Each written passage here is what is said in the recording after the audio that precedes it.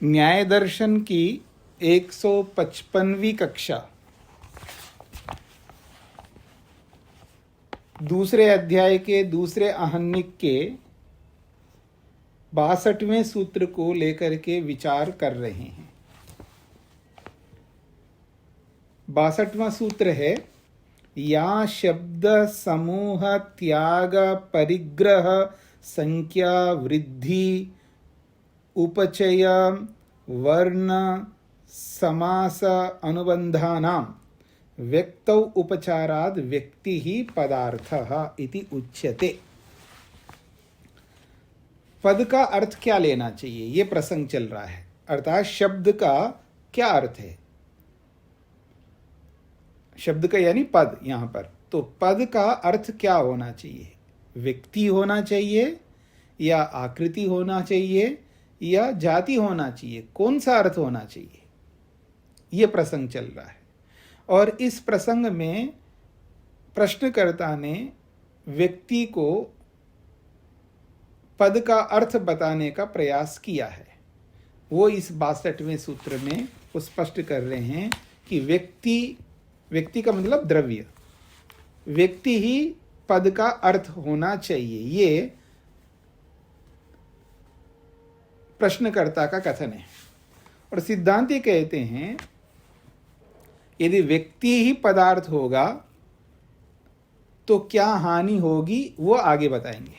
तो पहले वो प्रश्नकर्ता की बात हो रही है, उसने एक कारण बताया, या शब्द का प्रयोग होने से पता लगता है व्यक्ति ही पद का अर्थ होना चाहिए।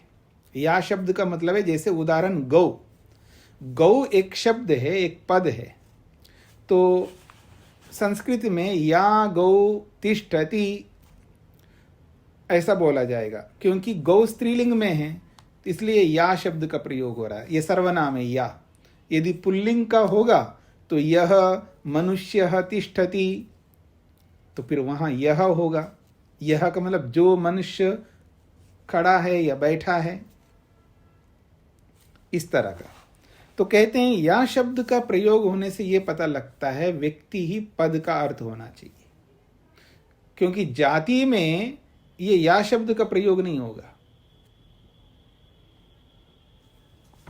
मतलब या शब्द का प्रयोग होगा, केवल या शब्द ही नहीं ना, या जाति तिष्ठति ऐसा नहीं बोल सकते, क्योंकि जाति कोई बैठी हुई या खड़ी हुई, ऐसा कोई जाति कोई विजिबल नहीं है।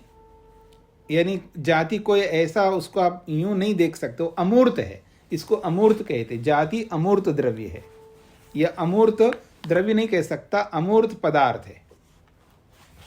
तो इसलिए जाति को आप नहीं कह सकते, व्यक्ति पदार्थ है। तो या शब्द का प्रयोग होने से पता लगता है व्यक्ति ही पद का अर्थ है। दूसरी बात कही उन्होंने, समूह, समूह का जब प्रयोग किया जाता है वो व्यक्ति में ही समूह का प्रयोग होता है, जाति में समूह का प्रयोग नहीं हो सकता, क्योंकि जाति एक ही होती है, तो उसका क्या समूह होगा। समूह तो व्यक्ति का होगा ना, एक व्यक्ति, दो व्यक्ति, तीन व्यक्ति, ऐसे अनेक व्यक्ति हो जाएगा तो उसका समूह होगा। तो समूह शब्द का जब प्रयोग होता है तो वहां पता लगता है कि यहाँ समूह जो है ये व्यक्ति के लिए बोला जा रहा है, जाति के लिए नहीं बोल सकती, इसलिए व्यक्ति ही पद का अर्थ है। ये दूसरा उसने कारण बताया। तीसरा कारण बताया त्याग, क्योंकि द्रव्य में ही यानी व्यक्ति में ही त्याग होता है, जाति में क्या त्याग होगा, जाति में त्याग हो ही नहीं सकता, क्योंकि तो वो अभेद होता है। तो व्यक्ति कोई वस्तु है, कोई द्रव्य है, उसको हम त्याग कर सकते हैं। और व्यक्ति में ही संयोग वियोग होता है, जाति में नहीं हो सकता। इससे भी पता लगता है व्यक्ति ही पद का अर्थ है। यहां तक हम पीछे पहुंचे हैं जी। उसके आगे परिग्रह, परिग्रह से भी पता लगता है व्यक्ति ही पद का अर्थ है। परिग्रह का अर्थ करते हुए कह रहे हैं, पृष्ठ संख्या 136 पे सबसे अंतिम पंक्ति का अंतिम शब्दों को देखिएगा, परिग्रह। परिग्रह का अर्थ बताते हुए कह रहे हैं, सत्वे न सत्वेन अभिसंबंध, सत्वेन अभिसंबंध। सत्व कहते पदार्थ, पदार्थ के साथ संबंध होता है। पदार्थ का मतलब यहां पर है किसी द्रव्य के साथ कोई संबंध, किसी वस्तु के साथ संबंध बताया जाता है। जाति के साथ ऐसा कोई संबंध नहीं होता है। जैसे कौंडिन्यस्य गौ, कौंडिन्य एक ब्राह्मण है, तो कौंडिन्य का या कौंडिन्य की गाय है। यहां कौंडिन्य कौन है? एक व्यक्ति है ना, एक द्रव्य है, और उसके साथ में गौ एक अलग द्रव्य है, उसका संबंध है। मतलब द्रव्य द्रव्य का संबंध है यहां पर। तो कौंडिन्यस्य गौ, ब्राह्मणस्य गौ अथवा ब्राह्मण की गाय, तो यहां संबंध बताया जा रहा है। द्रव्य अभिधाने, द्रव्य को कहने के लिए ही ये होता है, ये परिग्रह। और द्रव्य भेदात संबंध भेदा, द्रव्य में भेद होने से भी संबंध भेद होगा। जैसे कौंडिन्य की गाय है या ब्राह्मण की गाय है, ये आपकी पुस्तक है, ये मेरी पुस्तक है, यह द्रव्य भेद है। ये संबंध भी अलग अलग आपको समझ में आ रहा है ना। आपकी पुस्तक, मेरी पुस्तक, उसका घर है, मेरा घर है। तो यहां संबंध जो बताया जा रहा है, ये द्रव्य के साथ संबंध बताया जा रहा है। और ये द्रव्यों के भेद, द्रव्य अलग अलग है। आपकी पुस्तक अलग है, मेरी पुस्तक अलग है, आपका घर अलग है, मेरा घर अलग है। तो ये द्रव्य भेद से ही पता लगता है, द्रव्य को कहने के लिए ही ये पद है। क्योंकि संबंध का जो भेद है वो दिख रहा है ना, कि आपकी पुस्तक, मेरी पुस्तक, तो माता की पुस्तक, भाई की पुस्तक, हाँ, बहू की पुस्तक, इन संबंधों का भी भेद दिख रहा है आपको। चाहे पुस्तक के साथ जोड़ो संबंध, या घर के साथ जोड़ दो, या किसी के साथ भी जोड़ दो, इससे पता लगता है कि यहां पर पद का अर्थ जो है वो व्यक्ति होना चाहिए। इति उपपन्नम, इससे सिद्ध होता है कि व्यक्ति ही पद है। अभिन्ना तो जाति रीति, और जाति तो अभिन्न होती है। अभिन्न का मतलब एक ही होती है जाति, वो भिन्न भिन्न नहीं होती है, जिसमें संबंध बताया जा सके। इसलिए व्यक्ति ही पद का अर्थ है, ये कहना चाहते हैं। अगली बात, संख्या। संख्या से पता लगता है कि व्यक्ति ही पद का मतलब, जो भी हम पद बोलेंगे ना जी, याद रखना। आप फिर भूल जाओ तो पद का मतलब ये कौन सा पद है, ऐसा नहीं देखना।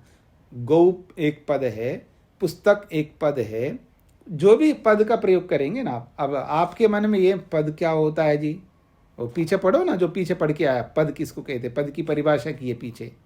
जैसे अक्षर की बात हुई है, अक्षर किसे कहते हैं, वर्ण किसे कहते हैं, वो भी आप पढ़ करके आए हो। और अनेक वर्ण मिलकर के पद बनता, उसकी परिभाषा पीछे पढ़ करके आए हो आप।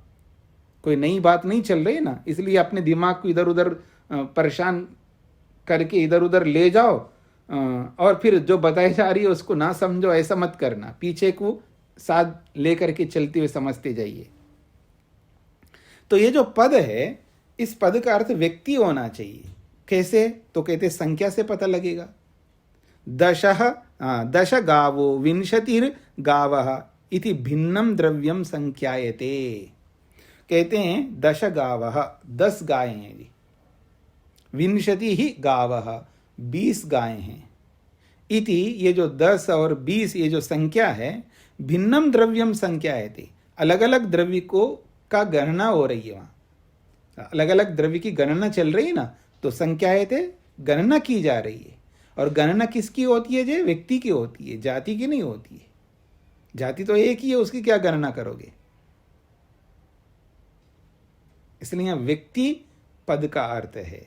कैसे पता लग रहा है? संख्या से पता लग रहा है। जहां संख्या का प्रयोग हो रहा है तो समझ लेना वह व्यक्ति है, ये कहना चाहता है। न जाति, जाति में संख्या नहीं होती है। क्यों? अभेदात, क्योंकि वो अभेद होता है, वो एक ही होता है, उसके लिए क्या संख्या होगी? अर्थात अधिक से अधिक एक ही संख्या होगी उसकी। मतलब जाति एक है तो एक, ऐसा अलग अलग संख्या नहीं हो सकती ना उसकी। अब अगली बात, व्यक्ति को पद बताने के लिए उदाहरण दे रहे हैं वृद्धि। वृद्धि से भी पता लगता है कि व्यक्ति ही पद का अर्थ है। कैसे पता लग रहा है व्यक्ति पद का अर्थ है?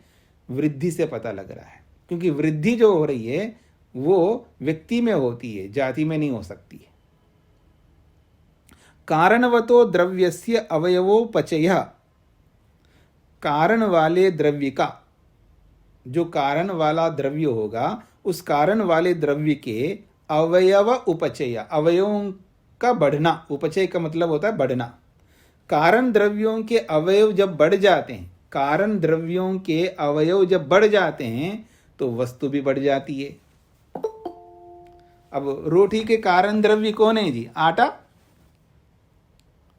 रोटी के कारण द्रव्य क्या है? आटा। अभी तो पापा को देख रहा था तो पतली रोटी दिखाई दी है। भाई की रोटी भी देखा, वो भी पतली दिखाई दे रही थी। मेरी थाली में, मतलब लड़की बोल रही है, मेरी थाली में ये मोटी रोटी कैसे आ गई? क्योंकि माँ को पता है ये रोटी वैसे नहीं खा रही है, हाँ? और अब वैसे नहीं खा रहे तो एक ही रोटी खा रहे तो मैं क्यों ना इसकी रोटी मोटी बना करके दूं, माँ ये सोचती है।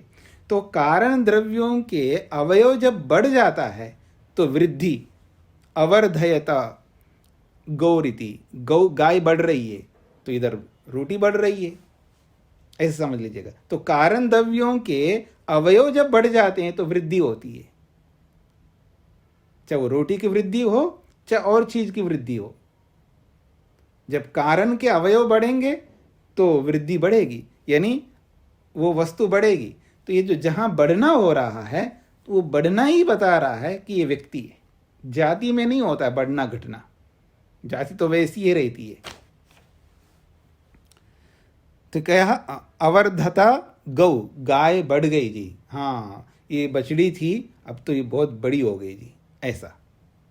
या गाय बढ़ गई जी, इसका दूध जो है पहले 5 लीटर होता था अब 8 लीटर हो गए जी। गाय बढ़ गई है, मोटी भी हो रही है, बढ़िया खिला रहे हैं जी, हरा घास खिला रहे हैं, खल खिला रहे हैं, ये खिला रहे हैं, तो वो मोटी हो गई गाय, गाय बढ़ गई, ऐसा।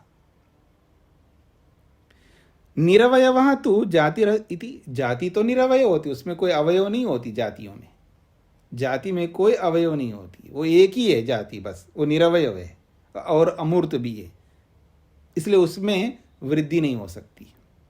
एतेन अपचयो व्याख्याता, इसी उदाहरण से, यानी इस वृद्धि रूपी उदाहरण से ह्रास का भी उदाहरण समझ लेना चाहिए अपने आप। हाँ जी, मेरी ओर देखो, ह्रास का उदाहरण दे रहा हूं मैं। अब एक बेटी को तो रोटी मोटी बना करके रख दिया प्लेट में, दूसरी बेटी है, 2 बेटियां हैं, दूसरी बेटी आई, उसके आते ही उसकी थाली में जो है बिल्कुल पापड़ की तरह रोटी आ गई क्योंकि बहुत पहले से वो मोटी है, और मोटी रोटी देंगे तो और मोटी बन जाएगी ना। समझ में आ रहे ना? ह्रास।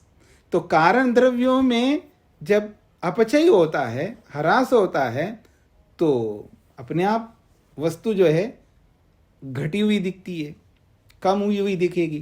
तो इसलिए कह रहे हैं एतेना, इस वृद्धि के उदाहरण से अपचय यानी ह्रास को भी व्याख्या की गई है, ऐसा समझ लेना चाहिए, ऐसा भाष्यकार कहना चाहते हैं। अब आइए वर्ण पर। वर्ण का मतलब कलर। कहते हैं शुक्ला गौ, ये गाय सफेद गाय है, मतलब सफेद गाय बहुत अच्छी मानी जाती है, याद रखना। ये साईवाल गाय होती है ना, वो सफेद गायों को ढूंढते हैं, साईवाल गायें, और अलग अलग गायें होती है ना, नस्ल अलग अलग नस्ल की गायें होती हैं। तो साईवाल है, और इधर पता नहीं, मैं जो इसमें पशुओं में जो ज़्यादा इंटरेस्टेड होते हैं उन लोगों को पता लगता है ये गिरी नस्ल है, ये उसकी नस्ल है, ये इसकी नस्ल है, ऐसे होता है ना। तो सफ़ेद गाय, काली गाय मिलना बड़ा मुश्किल होता है। कृष्णा गौ काली गाय का बहुत अच्छा माना जाता है। तो कह रहे हैं शुक्ला गौ कपिला गौ इति द्रव्यस्य गुण योग। गुणों का जो योग है, गुणों का जो संबंध है, ये द्रव्यों में होता है। जाति में क्या गुणों का संबंध होगा जी? तो ये वर्ण से पता लगता है, वर्ण का मतलब कलर, ये वर्ण से पता लगता है ये द्रव्य को कहा जा रहा है, व्यक्ति को कहा जा रहा है, जाति को नहीं कहा जा रहा है। जाति के लिए शुक्ला जाति, कपिला जाति ऐसे थोड़ा बोलेंगे, वो तो द्रव्य के लिए बोलेंगे। सफ़ेद गाय है जी, ये बुरा कलर है ना, वो जो ब्राउन कलर का, ये ऐसी गाय है, बंदरिया कलर की गाय है, ऐसा। तो न सामान्य से, सामान्य मतलब जाति, सामान्य रूपी जाति के लिए ये प्रयोग नहीं हो सकता। शुक्ला कपिला ऐसे वर्ण का प्रयोग नहीं हो सकता, ये व्यक्ति में ही ऐसा प्रयोग हो सकता। अब आगे कहा जा रहा है समास। समास से भी पता लगता है व्यक्ति ही पद का अर्थ होता है। कैसे समास से पता लगता है देखिएगा। गोहितम, गोहितम का मतलब देखिएगा आप, यहां गौ का हित, हित का मतलब कल्याण। गौ का हित किसमें है जी? उसको हरा घास खिलाओ, उसको बढ़िया बिनोला खिलाओ, उसको खल खिलाओ, उसके लिए जो आवश्यक है वो खिलाओ, तो गाय तंदुरुस्त रहेगी और स्वस्थ रहेगी। उसको उसी ढंग से रखना होगा जैसा रखने से गाय ठीक रहेगी। और दूध का क्वालिटी, और उसको देखिए कुछ भी खाना जो होता है ना वो बहुत हानिकारक होता है, याद रखना। कुछ लोग आप देखेंगे कि गायों को ऐसे छोड़ देते नगर में, पता नहीं कहाँ कहाँ क्या खा के आ देते, फिर उसको पकड़ते हैं, उसको दूध के समय उसका दूध निकालते हैं और आप गाय का दूध मान करके पी रहे हो। हाँ, इस पर ध्यान दीजिएगा। तो इसलिए गाय को जो खिलाया जाता है ना वो बहुत महत्व रखता है, क्या खिलाया जा रहा है किसको।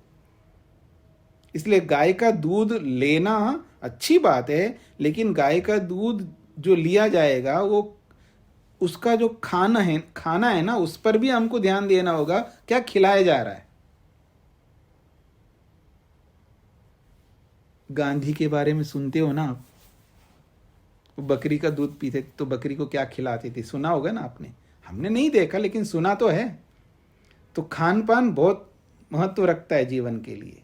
तो क्या खिला रहे हो, उसका जो निकल करके प्रोडक्ट आएगा वो उसी रूप में होगा ना जो उसका रॉ मटेरियल होगा। तो रॉ मटेरियल बहुत अच्छा होना चाहिए, तभी प्रोडक्ट अच्छी निकलेगी, नहीं तो बहुत मुश्किल हो जाएगा। तो आइए, तो कहा जा रहा है गो हितम, गाय का हित, गो सुखम, गाय का सुख। गाय का सुख किस में है वो आपको समझना है। तो यहाँ द्रव्य से सुखादि होगा, क्योंकि सुख का संबंध द्रव्य के साथ है, हित का संबंध, कल्याण का संबंध किसी द्रव्य के साथ है, व्यक्ति के साथ है, न जाति के साथ ये संबंध नहीं होते। तो समाज से भी पता लगता है। अनुबंध, अगला कारण बताएं अनुबंध। अनुबंध से भी पता लगता है व्यक्ति ही पद का अर्थ होना चाहिए। अनुबंध को समझाया जा रहा है स्वरूप प्रजनन संतान। स्वरूप प्रजनन संतान का मतलब अपनी जैसी संतान का आना। अब गाय से गाय तो पैदा होगी ना, घोड़े से घोड़ा या घोड़ी से घोड़ा, बंदर से बंदर, मनुष्य से मनुष्य, मछली से मछली। इसको कहेंगे स्वरूप प्रजनन। अपने जैसे अपनी ही बिरादरी के या अपनी जैसी को उत्पन्न करना। प्रजनन का मतलब उत्पन्न, उत्पत्ति। स्वरूप अपने समान उत्पादन, अपने समान उत्पत्ति होती है। जो संतान आएगी वो अपनी जैसी आएगी। अपनी जैसी का अर्थ समझते हैं। अगर किसी के घर में कोई बच्चा पैदा हुआ, कोई लड़का लड़की जो भी पैदा हुआ, तो हमारे जैसे ही होगा, यानी हमारे गुण कर्म स्वभाव, उसके गुण कर्म स्वभाव मिलेंगे, तभी तो भगवान भेजेगा ना। पता नहीं ये कहाँ से आ गई, इतना बंदर है ये, इसको संभालना मुश्किल होगा। अरे वो तो आपके कर्मों के अनुसार आए हैं ना, वो उसको संभालना है, मुश्किल क्या होगा, सब बंद करो। आज ही मैं उपदेश दे के आया हूँ। किसी ने मेरे को प्रश्न किया है कि बच्चा अगर कुछ शैतानी कर रहा है तो उसको डांटना नहीं चाहिए। मैंने उत्तर कहा, डांटना नहीं चाहिए, डांटना चाहिए, मैं ऐसा नहीं बोल सकता। मैं ये भी नहीं बोल सकता डांटना नहीं चाहिए, और मैं ये भी नहीं बोल सकता कि डांटना चाहिए। ये क्या उत्तर हो गए जी? प्रश्नकर्ता ये प्रश्न कर रहा है और बच्चा कोई गड़बड़ किया है, प्रश्न चल रहा, विषय चल रहा था धैर्य रखना, धैर्य रखना, धैर्य रखना। मैं ये बता रहा था धैर्य बहुत लाभकारी होता है, जो व्यक्ति जितना धैर्य रखेगा उतना आगे बढ़ेगा। तो उन्होंने प्रश्न किया, जी बच्चा कुछ कर रहा है और शैतानी किया, कुछ गिरा दिया, कुछ तोड़ दिया, तो फिर उसको डांटना नहीं चाहिए। तो मैंने कहा कि मैं अब क्या उत्तर दूंगा, इसको डांटना चाहिए ऐसा बोलूंगा या डांटना नहीं चाहिए ऐसा बोलूंगा? दोनों ही गलत उत्तर हो जाएंगे मेरे। अब ऐसे आदमी को क्या समझाऊं मैं? ये परिस्थिति आई क्यों, उसका कारण देखो ना, ये परिस्थिति आ क्यों रही है। मतलब इतना शैतान, आप अपने मुंह से बोल रहे हो इतना शैतान है जी, और बच्चा इतना शैतानी कर रहा है और वो कुछ भी गिरा देता है, बहुत बड़ी हानि कर देता है, उसको डांटना नहीं चाहिए। तो मैंने कहा कि ये परिस्थिति आई क्यों। अब मैंने उत्तर जो दिया है वो आप समझ लीजिएगा। बच्चा पैदा हुआ, बच्चा बच्ची जो भी पैदा हुआ है, तो उत्पन्न होने से लेके आगे 5 साल तक उस माँ को नौकरी छोड़ देना चाहिए, बिजनेस छोड़ देना चाहिए, सब काम छोड़ देना चाहिए, क्योंकि उसकी रिस्पॉन्सिबिलिटी ये माँ की 5 साल तक बच्चे को फुल टाइम दे, उसका कर्तव्य है। और फिर जो संस्कार आपको देना है, जैसा पालना है, जब आपने फुल टाइम दिया तो उसी के लिए हो, आप करो। उसके बाद में फिर वो जो करेगा, जो व्यवहार करेगा, जैसे जिएगा, जैसे चलेगा, तब आपको जो कहना कहो, डांटना पड़े तो डांटो और जहां समझाना पड़े तो समझा दो। अपनी रिस्पॉन्सिबिलिटी, अपने कर्तव्य का पालन करो नहीं, और ना करके और ऐसी परिस्थितियों में उसको आप कुछ भी बोलते जा रहे हो। ऐसे कैसे काम चल सकता है? ये मैंने उत्तर दिया, और इस पर आप लोग भी विचार करें। ये केवल उनके लिए नहीं है, ये सबके लिए है।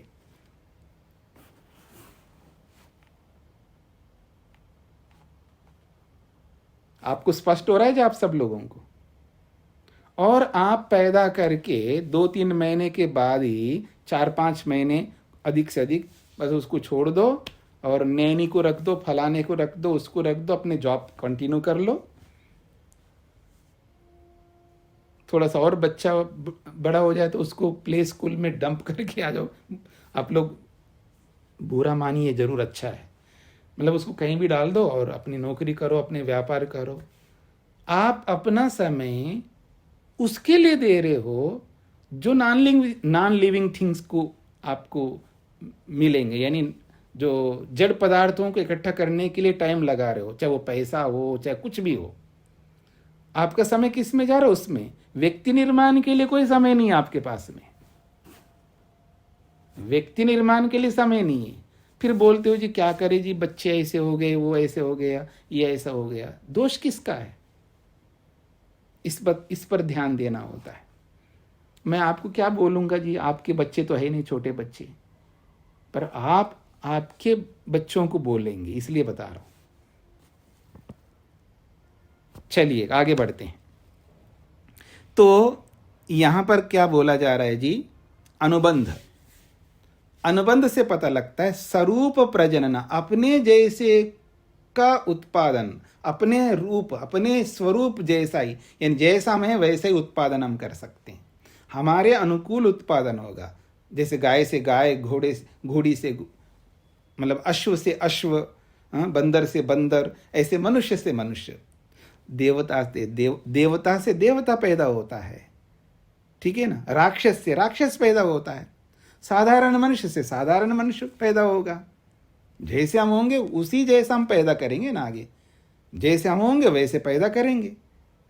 जो आने वाली संतति है, दोष किसका? उनकी संतति का ही, हमारा दोष है। अब आप देख सकते हैं, आपको समझना है। तो कह रहे हैं स्वरूप प्रजनन संतान, अपने स्वरूप अपने समान प्रजनन होता है, उत्पत्ति उत्पादन होता है। गौर गाम जनयति, गौ गाम जनयति, गाय गाय को ही पैदा करती है। तद उत्पत्ति धर्मत्वात्, क्योंकि वैसा ही उत्पन्न धर्म उसके अंदर होने से। गाय गाय को ही पैदा करेगी, गाय घोड़े को थोड़ा पैदा करेगा। द्रव्य युक्तम न जातो, ये सब बातें द्रव्य में लागू होती है, जाति में ऐसा लागू नहीं होती है। ये जो अनुबंध जो है ये द्रव्य में लागू हो सकता है, ये जाति में नहीं हो सकता। विपर्ययादिति, क्योंकि जाति में इससे बिल्कुल उल्टा है, क्योंकि जाति में ये प्रजनन नहीं हो सकता है और जाति में ये उत्पादन नहीं हो सकता है, क्योंकि वो तो अमूर्त द्रव्य है, ये अमूर्त पदार्थ है। द्रव्यम व्यक्ति रीति ही, द्रव्यम व्यक्ति इति ही न अर्थांतरम, अंत में उसमें कह दिया है व्यक्ति कौन है, व्यक्ति व्यक्ति व्यक्ति कोई पद का अर्थ समझना चाहिए, ऐसा जो बोलते हुए हम लोग आ रहे हैं। ये व्यक्ति क्या चीज है, व्यक्ति ही द्रव्यम, व्यक्ति को आप द्रव्य स्वीकार करिएगा। इसलिए व्यक्ति और द्रव्य अनर्थांतरम, अर्थात अलग अलग नहीं है, भिन्न भिन्न नहीं है। व्यक्ति कहो द्रव्य कहो एक ही बात है। ये प्रश्नकर्ता अपनी बात को पुष्ट कर रहा है, मैं व्यक्ति शब्द से द्रव्य को ले रहा हूं। तो इसका अर्थ हुआ है पद का अर्थ द्रव्य है, उसको द्रव्य कहो या व्यक्ति कहो एक ही बात है। मैं पद का अर्थ द्रव्य लेता हूं, ये प्रश्नकर्ता कहना चाह रहा है। तो प्रश्नकर्ता का अभिप्राय आप सबको समझ में आ गया ना। मूल प्रश्न था हमारे सामने, पद का अर्थ क्या होना चाहिए, व्यक्ति होना चाहिए, आकृति होनी चाहिए, या जाति होनी चाहिए, या तीनों होनी चाहिए, या क्या होना चाहिए। तो एक व्यक्ति आकर के बोलता है नहीं, व्यक्ति ही पद का अर्थ होना चाहिए। तो उसने अपनी बात रख दी है 62वें सूत्र में। उसकी बात क्या आई है, आई हमारे सामने, व्यक्ति अर्थात द्रव्य ही पद का अर्थ है। अस्य प्रतिषेधः, इसका खंडन सिद्धांति कर रहे हैं, समझने का प्रयत्न करिएगा सिद्धांति क्या कहना चाह रहा है। अस्य प्रतिषेधः, इस प्रश्नकर्ता के इस कथन का खंडन किया जा रहा है सिद्धांति की ओर से कि व्यक्ति पद का अर्थ नहीं हो सकता। न व्यक्ति पदार्थ, पद का अर्थ व्यक्ति नहीं हो सकता। कस्मात, क्यों नहीं हो सकता जी।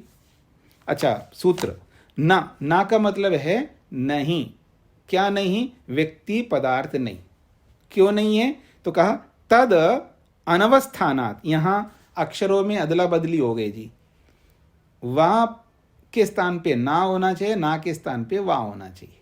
यानी वना, तदा के बाद में त और दा के बाद में वना लिखा है ना, उसको उल्टा कर दो तो न व ऐसा करना है। सूत्र को बदल लीजिएगा। सूत्र में जो वा और ना है तो वा के स्थान में ना कर दो और ना के स्थान में वा कर दो, तो सूत्र बनेगा तद अनवस्थानात, तद अनवस्थानात, ऐसा अर्थ निकलेगा। तो ना का अर्थ है व्यक्ति पदार्थ नहीं है। क्यों नहीं है, तद का मतलब है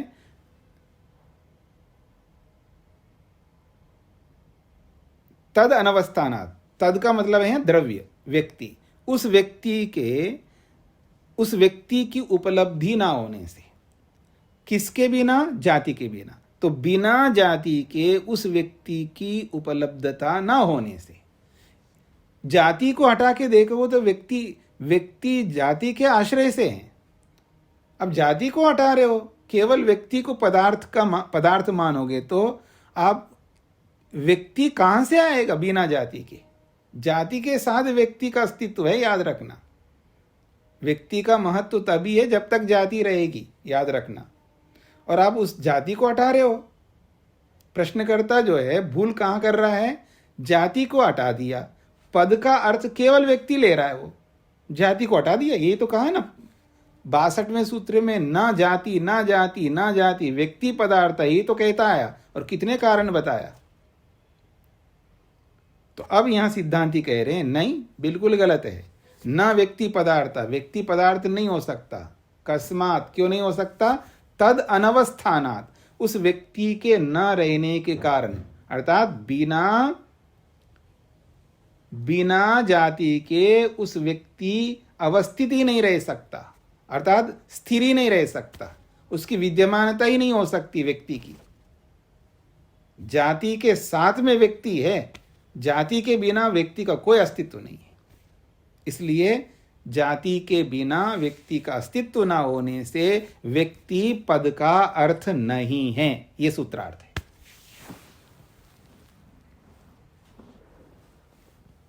स्पष्ट हो गया जी सबको? आगे बढ़ दिए तो कहते हैं न व्यक्ति पदार्थः, व्यक्ति पद का अर्थ नहीं है। कस्मात्, क्यों?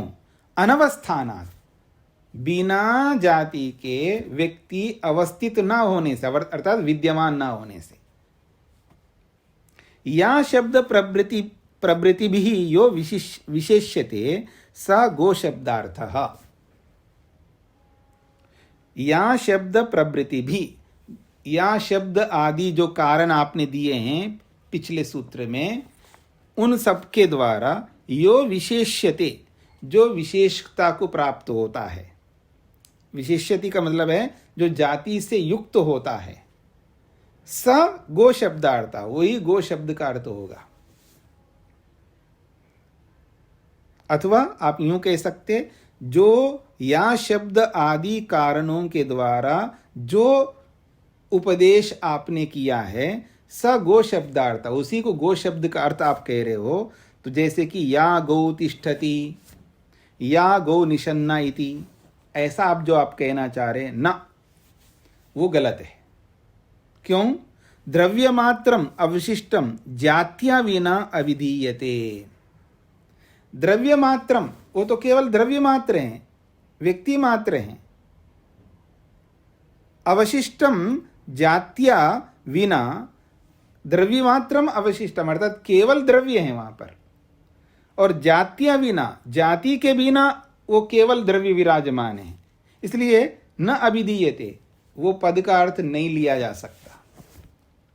उसका बिना जाति के उस व्यक्ति को नहीं कहा जा सकता कि पद का अर्थ द्रव्य है। जाति को लेना होगा आपको, ये कहना चाह रहे हैं। इसलिए कि जब उस जाति के बिना उसका ग्रहण नहीं हो सकता, उसका कथन नहीं कर सकते, तो किम तर्री, फिर क्या करना चाहिए? जाति विशिष्टम द्रव्यम, जाति से युक्त द्रव्य को ले सकते हो आप। जाति विशिष्टम, आगे आप अध्ययन कर सकते हो। जाति विशिष्टम द्रव्यम, जाति विशिष्टम द्रव्यम पदस्य अर्थः, जाति विशिष्ट द्रव्य को ही पद का अर्थ आप लेना पड़ेगा आपको, जाति को छोड़ करके नहीं। तस्मात् न व्यक्ति पदार्थः, इसलिए व्यक्ति पद का अर्थ नहीं हो सकता। एवं समूह आदिषु द्रष्टव्यम, जैसे हमने यहां या शब्द को लेकर के बोला, ऐसे ही जितने भी आप कारण बताए व्यक्ति को पद का अर्थ समझाने के लिए, उन सब में ऐसे ही लगा लेना। उसने जो 6 कारण बताए ना यहां पर, या शब्द, समूह, त्याग, परिग्रह, संख्या, वृद्धि, उपचय, वर्ण, समास, अनुबंध, हाँ ये तो 10 है जी, 10 कारण बताए। तो एक का अर्थ समझा दिए यहाँ पर, बाकी सबके साथ आप ऐसे ही लगा लेना कि जितने जितने आप कारण दिए हैं उन सब का खंडन होगा इससे। बिना जाति को जोड़े आप इन सब का संख्या ले लो, आप अनुबंध ले लो, चाहे जो जो कारण आपने बताए 10 कारण, उसमें जाति को छोड़ करके कोई भी अर्थ आप लोगे तो सब खंडित हो जाएंगे। ये सिद्धांति कहना चाह रहे हैं। स्पष्ट हो गए जी सबको? अब आगे देखिएगा, यदि न व्यक्ति पदार्थ कथम तर्री व्यक्तो उपचारा, प्रश्नकर्ता भी उसी पर अड़ा हुआ है।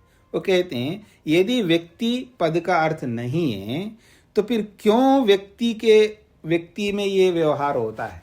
क्योंकि कोई भी जाति को लेकर के नहीं बोलता, वहां पर व्यक्ति को लेकर के ही व्यवहार करते हैं हम लोग। हाँ जी, वहां गाय खड़ी है तो वहां गाय खड़ी है तो वहां व्यक्ति व्यक्ति मुख्य है, वहां पर व्यक्ति को बोला जाता है, जाति को नहीं बोल सकते। वो कहना चाह रहा प्रश्नकर्ता, यदि व्यक्ति ना पदार्थ, पद का अर्थ व्यक्ति नहीं है, तो कथम तर्हि व्यक्तो उपचारा, लेकिन सारा व्यवहार हमारा व्यक्ति परक होता है, इसलिए तो भ्रांति हो रही है। तो वो प्रश्नकर्ता कह रहा है, जब व्यक्ति पद का अर्थ नहीं है तो व्यक्ति में ये व्यवहार क्यों हो रहा है? ऐसा दुनिया में व्यवहार तो आप व्यक्ति का कर रहे हो, और जब सिद्धांत की बात करें तो आप कह रहे हो व्यक्ति पदार्थ नहीं है, ऐसा क्यों? ये प्रश्नकर्ता का प्रश्न है। स्पष्ट हो गया जी? आप लोगों को प्रश्न समझ में आ गए ना? तो अब उसका समाधान कर रहे हैं। निमित्तात् अतद्भावेपि तदुपचारः। ये बहुत महत्वपूर्ण बात है, समझने का प्रयत्न करिएगा। वो कहते हैं निमित्तात्, किसी कारण से ऐसा होता है। मतलब वो कहते हैं अतद्भावे अपि तदुपचारः। अतद्भाव और तद्भाव, इसको समझ लीजिए सबसे पहले। तद्भाव का अर्थ होता है जो जैसा है उसको वैसा ही समझना, वैसा ही बोलना, इसको कहते हैं तद्भाव। जैसा है उसको वैसा ही देखना, जैसा है उसको वैसा ही बोलना, जैसा है वैसा ही लिखना, इसको कहते हैं तद्भाव। जो जैसा है उसको वैसा ही हम व्यवहार कर रहे हैं उसके साथ में। और अतद्भाव का मतलब जो जैसा नहीं है उसको वैसा समझना, इसको अतद्भाव कहते हैं। तो यहां पर कहा जा रहा है कि निमित्तात्, किसी कारण से ऐसा किया जा रहा है। क्या है वो कारण? अतद्भावे अपि तदुपचारा, जो जैसा नहीं है उसको वैसा बोला जाता है व्यवहार में। अब मेरी ओर देखिएगा, देख रहे हो ना?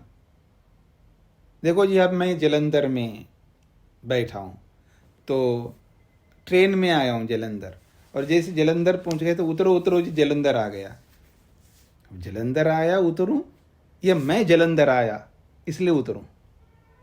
जलंधर आया उतरो उतरो। देखो मैं जलंधर बोल रहा हूं, वास्तव में क्या है? जालंधर।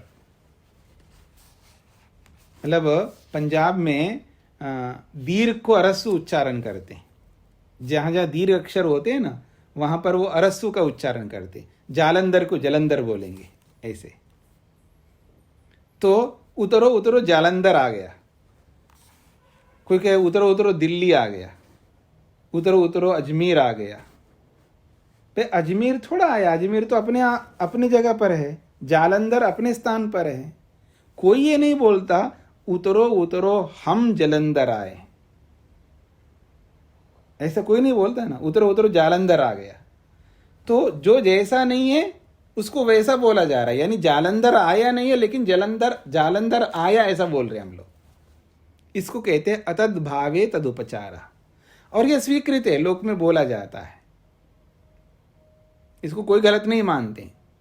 और सबका व्यवहार चल रहा है, बखूबी व्यवहार चल रहा है, सब लोग स्वीकार कर रहे हैं, पढ़े लिखे अनपढ़ सब लोग। हाँ जी, उतरो उतरो जालंधर आ गए, और सब उतरने लगते हैं वहां के उतरने वाले। इसको कहते हैं अतद्भावे अपि तदुपचारे, जो जैसा नहीं है तो भी उसको वैसा मान करके व्यवहार प्रयोग करते हैं हम लोग। मन चला जाता है, ये मन तो चला नहीं जाता है, फिर भी बोलते हैं मन चला जाता है। मन नहीं मानता है, वो मानने ना मानने वाला ही नहीं है, फिर भी हम बोलते हैं। सब लोग स्वीकार करते हैं, व्यवहार में चलता है। जो क्या करे जी, इसका मन नहीं मान रहा है तो क्यों फोर्स कर रहे हो, उसका मन ही नहीं मान रहा है। ऐसे बहुत सारे व्यवहार हम ऐसे करते हैं जो जैसा नहीं होता है लेकिन वैसा ही व्यवहार करते हैं। स्पष्ट हो गया जी? यहां पर दृश्यते खलु, और केवल यही इतनी बात कहकर के इतिश्री नहीं कर रहे हैं। यहां पर दृश्यते खलु, ऐसा व्यवहार लोक में भरपूर देखा जाता है। और कहां कहां देखा जाता, पूरा लिस्ट दिया उन्होंने अगले सूत्र में।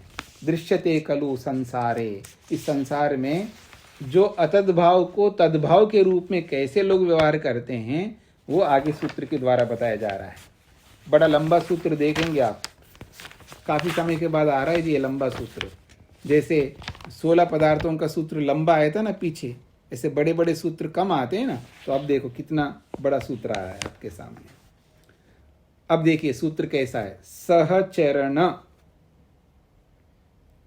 सहचरण एक कारण है। स्थान, तादर्थ्य, वृत्त, मान, धारण, सामीप्य, योग साधना, नहीं योग साधन, या योग अलग है और साधन अलग है, ये सब अलग अलग है। सामीप्य के बाद योग, साधन, अधिपत्येभ्य, अधिपति, ये इतने कारणों से, सहचरण के कारण से, स्थान कारण से, तादर्थी कारण से, वृत्त कारण से, मान कारण से, धारण कारण से, सामीप्य कारण से, योग कारण से, साधन कारण से और अधिपति के कारण से, इतने कारण हैं। इन समस्त कारणों से हम अतद भाव में भी तद्भाव का प्रयोग करते हैं हम लोग। और उनके साथ क्या जुड़े हैं वो अगले देखिएगा। ब्राह्मण, मंच, कट, राज, सक्तु, चंदन, गंगा, शाटक, अन्न, पुरुषेषु अतद्भावे अपि तदुपचार। तो इसको ऐसा लगाइए, सहचरण जो है ब्राह्मण के साथ में, सहचरण ब्राह्मण के साथ में है। ऐसे यथासंख्य, यथासंख्य का मतलब है जो पहला है उसको पहले के साथ, दूसरे को दूसरे के साथ, तीसरे को तीसरे के साथ जोड़ते जाइए। यानी सहचरण ब्राह्मण के साथ है, स्थान मंच के साथ में है, ठीक है जी। तादर्थ जो है ये कट के साथ में है, और वृत्त ऐसे सब एक एक उस तरह लगाते जाइए। तो सूत्रार्थ बनेगा कि सहचरण, स्थान, तादर्थ्य, वृत्त, मान, धारण, सामीप्य, योग, साधन और आधिपत्य, इन कारणों से, ये सारे कारण हैं, इन सब कारणों से ब्राह्मण में, मंच में, कट कहते चटाई, चटाई में, राज में, सत्तु में, चंदन में, गंगा में, शाटक में, ठीक है जी, शाटक गाड़ी को कहते हैं, अन्न में और पुरुष में, इनका अतद भाव में, वो वैसा ना होते हुए भी उनको वैसा ही उनका व्यवहार होता है। ये सूत्रार्थ है। सूत्रार्थ स्पष्ट हो रहा है, बाकी उदाहरणों से आपको और समझ में आएगा। सहचरण का मतलब समझ लिए। सहचरण का मतलब है साथ रहने से। सहचरण का अर्थ है साथ, साथ रहना। देखिए ब्राह्मण के साथ में हमेशा डंडा होता है। ब्राह्मण के साथ में जैसे आप देखेंगे ब्रह्मचारी के हाथ में दंड धारण करते हैं, और सन्यासी को तो, सन्यासी का तो प्रसिद्ध है दंडी, उसको दंडी बोलते, मतलब उसके हाथ में डंडा है इसलिए उसको दंडी बोला जाता है। तो इसको कहते हैं सहचरण। सहचरण का मतलब साथ रहना, मतलब हमेशा उसके साथ रहता है। उसको देखने से पता लगता है कि ये सन्यासी है क्योंकि डंडा हाथ में है, उसको देखने से पता लगता है ये ब्रह्मचारी है क्योंकि उसके हाथ में डंडा होता है, ऐसा। तो सहचरण का मतलब साथ साथ रहते हैं। जैसे कमंडलू है, उदाहरण के लिए आपको देखो, कमंडलू, क्योंकि पहले साधु संत सब कमंडलू लेते थे ना, कमंडलू रखते थे क्योंकि उसी में भिक्षा लेना है उनको, तो कमंडलू हमेशा रखते थे। तो कमंडलू और ब्राह्मण, कमंडलू क्योंकि ब्राह्मण भी भिक्षुक होता है, याद रखना, ब्राह्मण भी भिक्षुक होता है, याद रखना। 4 वर्णों में एक ऐसा वर्ण है जो भिक्षुक होता है, यानी मतलब वो भिक्षा ग्रहण करता है। ब्राह्मण जो है वो अर्निंग नहीं करता, वो मतलब कमाता नहीं है, मतलब नौकरी नहीं करता, वो भिक्षा से यानी पढ़ाता है, भिक्षा ग्रहण करता है, ऐसा इस रूप में आप ले सकते हैं। तो आप समझ लीजिएगा कि डंडा जो है किसी साधु के साथ जुड़ा है तो उसको कहते हैं सहचरण, यानी उसके साथ डंडा हमेशा रहता है। तो किसी को साथ में हमेशा रखते हैं तो उसको सहचरण, सह का मतलब है साथ, चरण का मतलब है रहना, जो हमेशा साथ रहता है उसको सहचरण शब्द से बोला जा रहा है। और ब्राह्मण के साथ डंडा साथ में रहता है तो उसको सहचरण कहा जाए। तो ब्राह्मण में डंडा का प्रयोग होता है, अर्थात ब्राह्मण को नहीं बोला जा रहा है डंडे को खिलाओ जी, ऐसा बोला जाता है संस्कृत में। इसका अर्थ है जो ब्राह्मण जो डंडे के साथ में जो रहता है ब्राह्मण, उसको खिलाओ, ऐसा अर्थ निकलेगा। बोला जा रहा है डंडे को खिलाओ, लेकिन खिलाया जाएगा ब्राह्मण को। फिर डंडे को क्यों बोला है? क्योंकि वो ब्राह्मण के साथ रहता है, एक प्रकार से डंडा ही ब्राह्मण है, ऐसा कह सकते। तो सहचरण का उदाहरण दिया जा रहा है, सहचरणात्, सहचरण से यानी साथ रहने से, साथ रहने वाले को बोला जा रहा है। जैसे यष्टिकाम भोजया, इस डंडे को खिलाइए।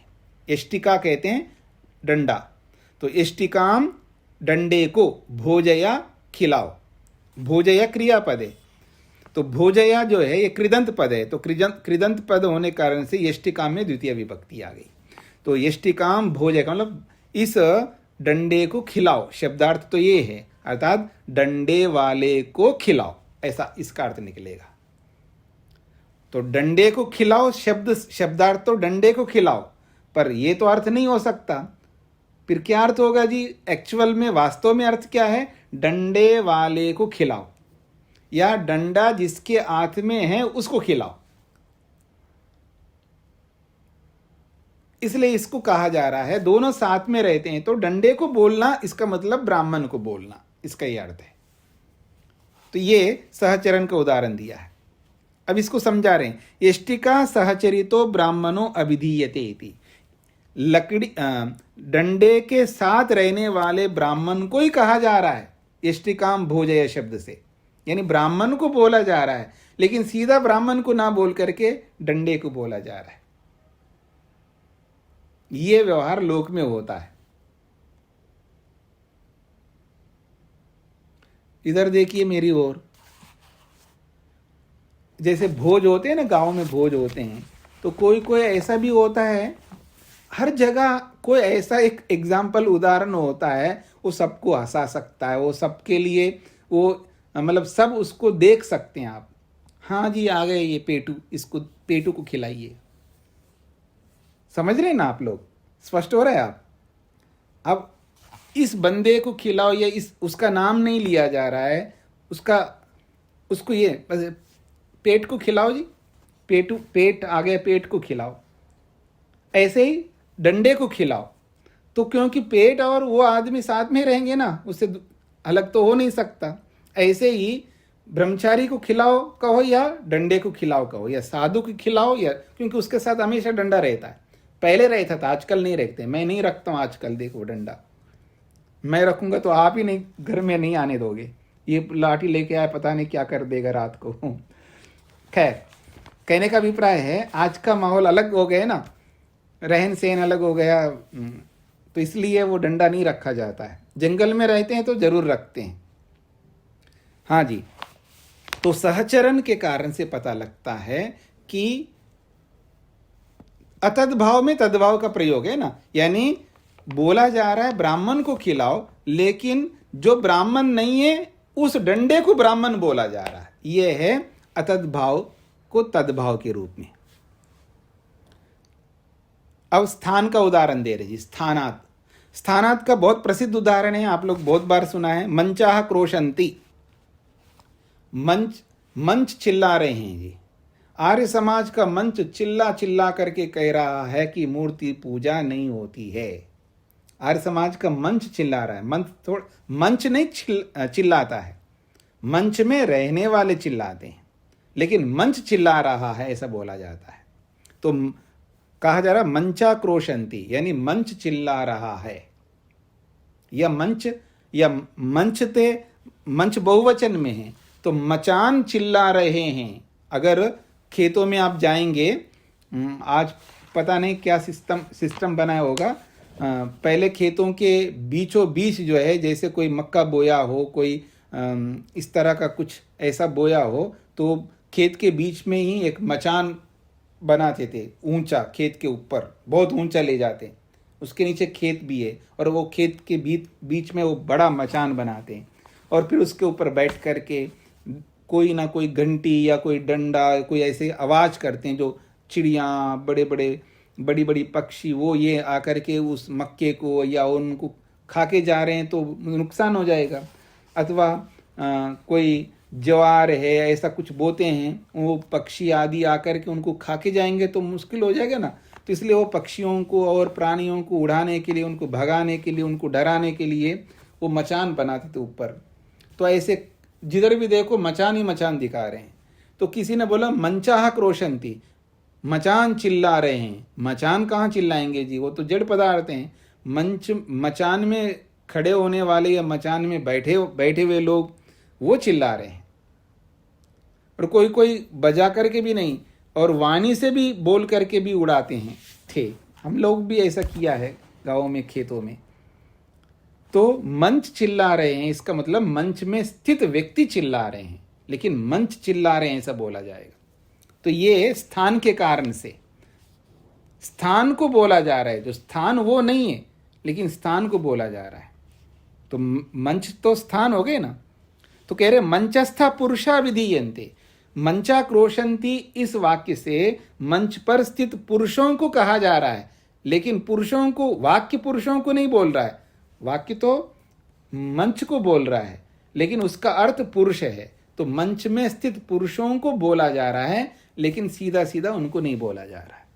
ये स्थान के कारण से ये एक उदाहरण है। तीसरा है तादर्थ्य। तादर्थ्य को समझा रहे हैं, कटार्थेषु वीरनेषु व्यूहमानेषु कटम करोति इति भवति।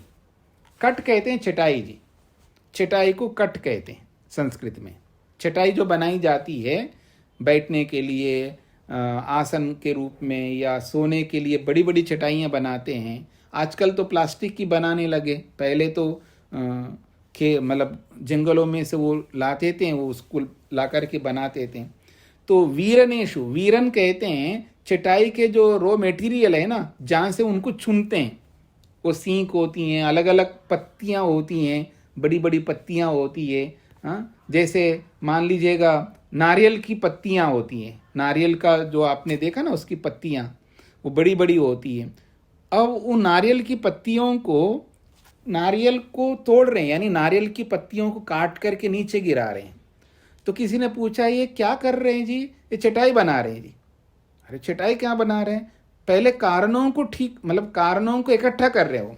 चटाई बनने के जो कारणों को इकट्ठा किया जा रहा होता है, कहीं पत्तियां, कहीं सींक, जैसी जैसी स्थिति होती है चटाई बनाने के जो जो कारण होंगे, उन कारणों को इकट्ठा किया जा रहा हो तो वहां बोला जा रहा है कि चटाई बना रहा है। वो चटाई नहीं बना रहा है, चटाई के कारणों को इकट्ठा कर रहा है। तो कारण भी चटाई के लिए है, इसलिए कारणों में ही चटाई बनने की बात कही जा रही है। तो वीरन कहते हैं चटाई के कारण। तो वीरनेशु व्यूहमानेशु, जो कि उन कारणों को आगे चल करके व्यूहमान करना, अर्थात उसको बनाना है। व्यूह्यमान, व्यूह्यमान का मतलब बनाना है। चटाई बनाना है आगे, अभी बनाया नहीं जा रहा है, कारणों को इकट्ठा किया जा रहा है। तो व्यूह्यमानेषु वीरनेषु, यानी चटाई बनाने योग्य जो कारणों को इकट्ठा किया जा रहा है उनमें कटम करोति इति भवति, उनमें ही चटाई बना रहा है, ऐसा व्यवहार किया जाता है। ये तो वही वाली बात है कि माँ किचन में गई और किसी पात्र में से चावल निकाल रही है, उतने में बेटे ने पूछा कि माँ क्या कर रहे हो? तो माँ क्या बोल रहे हैं? चावल बना रही है। कहाँ बना रही है? अभी तो निकाल रही है। मतलब जो चावल बन के तैयार होगा उसके कारण को अभी निकाल रही है, अभी तो उस बर्तन में से निकाल रही है, वहां थोड़ा बना रही है, लेकिन बोला यही जा रहा है चावल बना रही है। ऐसे ही यहां पर समझ लीजिएगा। अगला है वृत्तात्। वृत्त कहते हैं व्यवहार को, व्यवहार से भी पता लगता है। यमो राजा, यमो राजा, तो यम जो है ना, यमराज आएगा जी, हाँ आपको ले जाने वाला है। देखो पता नहीं किसको ले जाने के लिए आएगा, मैं किसका नाम ले लूँ? ऐसे कैसे ले सकता हूँ मैं? ये तो पता ही नहीं किसको ले जाएगा। यमराज आने वाला है जी। ठीक है जी। तो यमो राजा, तो व्यवहार से पता लगता है। कुबेरो राजा इति, तो यहां पर कुबेर जो है ना, कुबेर का मतलब है जिसके पास धन होता है ना, उसको राजा बोला जाता है। तो जो यम होता है ना, उसको भी राजा बोला जाता है, क्योंकि वो सब पर राज करता है ना। धनवान भी, वो भी बहुत सारे लोगों पर राज करता है। बहुत अधिक धनिक जो व्यक्ति होता है, ये बहुत सारे लोगों के ऊपर वो राज करता है। तो कुबेरो राजा तो व्यवहार से पता लगता है ना, क्योंकि वो धनवान है, बहुत धन है, जिसको आप बोलते हैं ना भामाशाह। जिसके पास ज्यादा धन होता है ना, उसको भामाशाह नहीं, जो ज्यादा धन बांटता है उसको भामाशाह बोलते हैं। हाँ, उल्टा मत समझना, जो बहुत ज्यादा धन बांटता है ना उसको भामाशाह बोलते हैं, ठीक है ना। अब जो भी धन ज्यादा बांटता है ना, राणा प्रताप को जिसने बहुत धन दिया था, सारा लुटा दिया था उस पर देश के लिए, ठीक है जी, तो उसका नाम भामाशाह था, क्योंकि उसने सारा न्योछावर कर दिया था। और आजकल भी जो बहुत ज्यादा देता है, अपना अपने आप को एक प्रकार से पूरा न्योछावर कर देता पैसा, उनको हम कई बार हमको भी बोलना पड़ता है, तो आप ज़्यादा दे रहे हो, बिल्कुल कम कर दो, उसको रोकना पड़ता है। कई लोगों को हम रोकते हैं, नहीं आप ज़्यादा दे रहे हो, कम करके ले लेंगे। आप ज़बरदस्ती उनको कह करके नहीं, इतना नहीं लेंगे आपसे, इतना ही लेंगे, क्योंकि वो ज़्यादा लुटा रहा है। और एक ऐसा होता है जिसके पास बहुत ज़्यादा होता है, हम उसको तो नहीं बोलते आप बहुत कम दे रहे हो, ज़्यादा देना चाहिए, हम ये नहीं बोलते, बोलना चाहिए। और मैं नहीं बोलूँगा तो फिर कौन बोलेगा? वैसे दूसरे लोग वैसे डरते रहते हैं, ठीक है ना। मैं बोला नहीं आज तक, लेकिन अभी अवसर आएगा बोलूँगा। तो अभिप्राय ये है कि जिसको बहुत ज़्यादा देना चाहिए वो नहीं दे रहा है, और जिसको कम देना चाहिए वो ज़्यादा दे रहा है। तो जो कम देना चाहिए उसको ज़्यादा दे रहा होता है, उसको बोला जाता है ये तो भामाशाह है। तो ऐसे व्यवहार से पता लगता है। ऐसे ही यहाँ बोला जा रहा है, वृत्तांत यमो राजा, जब यम बन करके कोई आ जाए आपके ऊपर, तो फिर उसको आप बोलते ये तो अधिपति बन रहा है जी, ये तो हम पर राज करने आया जी, तो ये तो यम बन करके आया जी। ऐसे ही कुबेरो राजा, कुबेर जो है ना वो बहुत धनिक होता है, और जब बहुत ज़्यादा धनिक होता है तो फिर वो क्या करता है, वो सब पर राज करता है। जैसे आजकल बड़े बड़े लोग होते हैं ना, वो हम पर राज करते हैं। तो ये जो स्थितियां हैं, तो उनके व्यवहार से पता लगता है वो क्या कर रहे हैं। और सब पर वो, जैसे जो भी आजकल जो सामान आते हैं सब उन्हीं के आएंगे, सब उन्हीं के आएंगे। टेक्सटाइल्स में जाइए उन्हीं का कपड़ा होगा, आप पेट्रोल में जाइए तो उन्हीं का पेट्रोल होगा, आप ग्रोसरी में जाएंगे तो उन्हीं का होगा। ऐसे सब पर राज करेंगे। तो वो कुबेर है, इसलिए सब पर राज करता है व्यक्ति। तो वो राजा, उसका व्यवहार ही दिखता है कि ये कुबेर है, अर्थात ये राजा है जी, वो सब पर राज करता है, सब जगह उसी का ब्रांड चलेगा, ऐसा। तो इस व्यवहार से पता लगता है। मानाद, मान का अर्थ होता है, अच्छा हाँ, वृत्त के बाद मान है। मान का अर्थ होता है माप, मान का अर्थ होता है माप। माप समझते हैं ना, परिमाण। मान का अर्थ है माप या परिमाण। जैसे 1 किलो, 2 किलो, 3 किलो, 4 किलो, ये क्या है, माप है। हाँ जी,